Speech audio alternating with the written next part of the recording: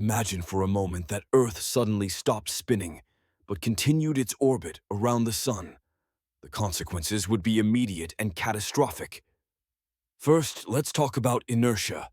At the equator, Earth spins at about 1,070 kilometers per hour, or roughly 140 miles per hour. If the planet were to stop on a dime, everything not anchored to solid ground would continue moving at that speed. Picture buildings, trees, cars, and even people being hurled eastward. The winds generated would be akin to the strongest hurricane you can imagine, but on a global scale.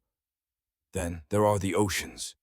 They wouldn't just sit still, they would surge violently. Coastlines would be devastated as water rushes toward the poles, creating massive tsunamis and flooding new areas. Entire cities could be submerged, while equatorial seabeds would be exposed for the first time in eons. The atmosphere would descend into chaos. Winds would reach supersonic speeds, scouring landscapes and filling the sky with debris, dust, and moisture. The planet would be darkened, a swirling tempest of destruction. Now let's consider the long-term effects. Without rotation, one side of the Earth would be in constant daylight for about 6 months, while the other side would be plunged into perpetual darkness.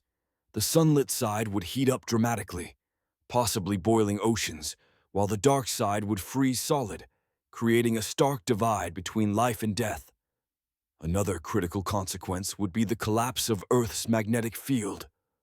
The rotation of our planet drives the dynamo effect in the liquid outer core, generating the magnetic field that protects us from solar and cosmic radiation. If the Earth stopped spinning, this protective shield could weaken or disappear entirely, exposing the surface to harmful radiation. And what about the oceans? Currently, centrifugal force causes the Earth to bulge at the equator. Without that rotation, this bulge would vanish, leading to a massive redistribution of water. High-latitude regions would flood, while equatorial areas would dry out, drastically altering ecosystems and habitats.